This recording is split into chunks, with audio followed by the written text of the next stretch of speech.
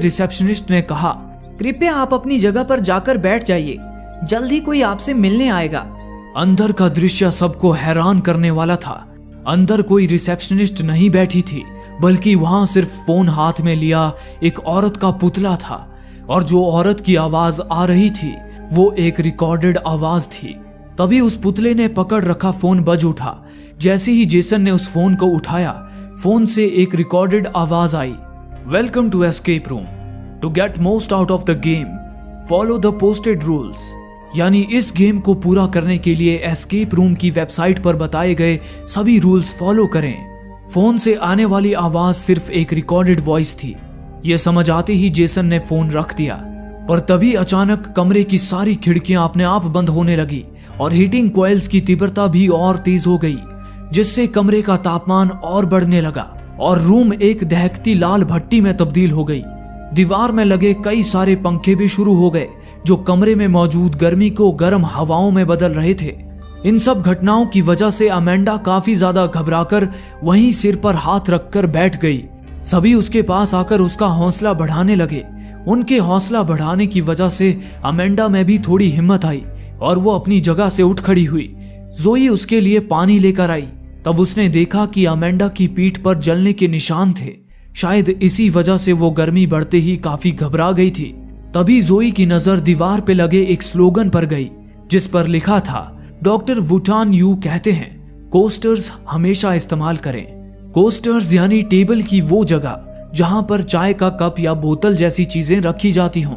वो पढ़ते ही जोई ने तेजी से जाकर टेबल पर रखे एक कोस्टर को देखा। उसे दबाते ही वो कोस्टर एक बटन की तरह अंदर जाने लगा और उसी वक्त एक पेंटिंग अपने आप ऊपर जाने लगी। उस पेंटिंग के ऊपर जाते ही दीवार में एक छोटी सी डक्ट दिखाई देने लगी, पर जोई के उस कोस्टर से हाथ हटाते ही उस पेंटिंग ने वापस उस डक्ट को ढक दिया। उस टेबल पर टोटल 6 कोस्टर्स थे। उन सभी कोस्टर्स को दबाने पर वो पेंटिंग पूरी तरह से ऊपर चली गई और रास्ता पूरा खुल गया। इसके बाद उस डक्ट से कमरे से बाहर जाने का रास्ता है या नहीं, ये देखने जेसन सबसे पहले अंदर गया। जेसन ने डक्ट के अंदर से सबको बताया कि उस डक्ट से बाहर जाने का एक रास्ता है, लेकिन उस पर एक जाली लगी हुई थी जिसे खोलने के लिए एक स्क्रू ड्राइवर चाहिए था। खुशकिस्मती से उनके पास एक स्क्रू ड्राइवर था जो उन्हें उसी कमरे में मिला था। माइक उस स्क्रू ड्राइवर को लेकर डक्ट के अंदर गया। जेसन ने स्क्रू ड्राइवर की मदद से उसे खोला और बाकी सबको भी अंदर आने के लिए कहा। इसके बाद अमेंडा डक्ट के अंदर गई, पर दिक्कत ये थी कि जैसे जैसे वे लोग अंदर जाएंगे, कोस्टर दबाकर रखने वाले कम होते जाएंगे। तभी जोई के दिमाग में एक तरकीब आई। उसने तुरंत एक गिलास में थोड़ा पानी भरकर लाया और एक कोस्टर पर रखा। वहीं दूसरी ओर अमेंडा बीच डक्ट में ही रुककर रोने लगी थी। उसे उसकी भूतकाल की यादों ने जकड़ रखा था। दरअसल अमेंडा आर्मी में सोल्जर के तौर पर काम करती थी और कुछ सालों पहले एक युद्ध के दौरान वो बुरी तरह से जख्मी हो गई थी। उसी युद्ध में उसे अपनी पीठ पर जलने का निशान मिला था। वो डक्ट में उन्हीं भयानक यादों से जूझ रही थी और चिल्लाए जा रही थी। इसी दौरान जोई ने गिलास को पूरा भरकर कोस्टर पर रखा और खुशकिस्मती से इस बार तरकीब काम कर गई। अमेंडा के चिल्लाने की आवाजें कमरे में अमौजूद कंटेस्टेंट तक भी आ रही थी, इसलिए जोई भी उसे देखने डक्ट के अंदर गई। अब रूम के अंदर सिर्फ डैनी और बेन ही बचे थे। कमरे का टेम्परेचर भी बहुत तेजी से बढ़ रहा था। दोनों ने तेजी से गिलास में पानी भरकर कोस्टर पर रखना शुरू कर दिया। हालांकि कैन का पूरा पानी खत्म हो चुका था और अभी भी एक कोस्टर पर गिलास रखना बाकी था। दरअसल पिछली बार अमेंडा ने एक गिलास पानी पिया था, इस वजह से पानी कम पड़ रहा था। वहां डक्ट के अंदर जोई अमेंडा को समझा बुझाकर डक्ट से बाहर ले जा चुकी थी, लेकिन असली दिक्कत तो रूम के अंदर थी। रूम का टेम्परेचर इतना बढ़ गया था कि रिसेप्शन पर बैठा पुतला भी जलने लगा था। तभी बेन को याद आया कि उसके पास शराब की बोतल थी। उसने तुरंत शराब को एक गिलास में डाला और उसे कोस्टर पर रखा, पर तभी छत से एक आग उगलने वाला पाइप बाहर आया। वो पाइप आग उगलने ही वाली थी कि तभी वे दोनों तेजी से डक्ट की ओर भागे। बेन तो डक्ट से बाहर निकल चुका था, लेकिन डैनी अभी भी उस डक्ट के अंदर ही था। इस दौरान उस पाइप ने आग की लपटें छोड़कर पूरे कमरे के साथ साथ उस डक्ट को भी जलाकर राख कर दिया था।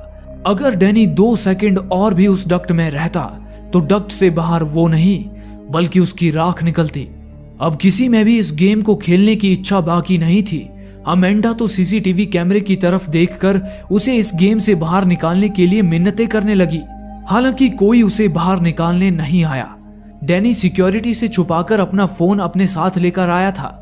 अमेंडा ने उसके फोन से पुलिस को फोन लगाने की कोशिश की, पर उसके फोन में सिग्नल ही नहीं था। इस कमरे से बाहर निकलने के लिए वहां एक दरवाजा था जिसके ऊपर लॉक लगा हुआ था।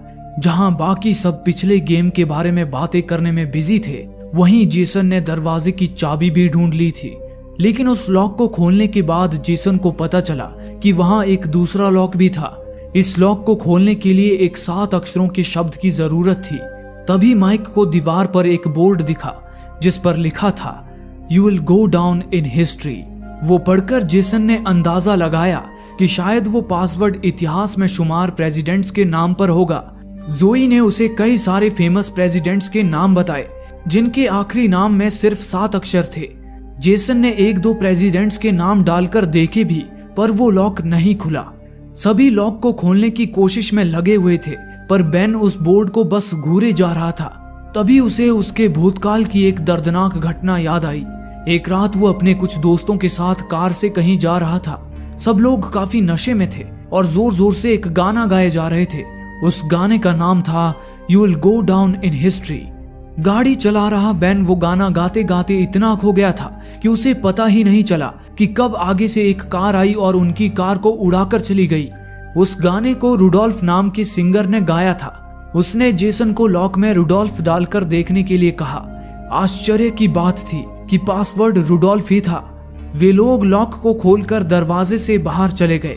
जहां पहले कमरे में सूरज सी तपती गर्मी थी, तो वहीं यहाँ कश्मीर के वादियों जैसी ठंड थी।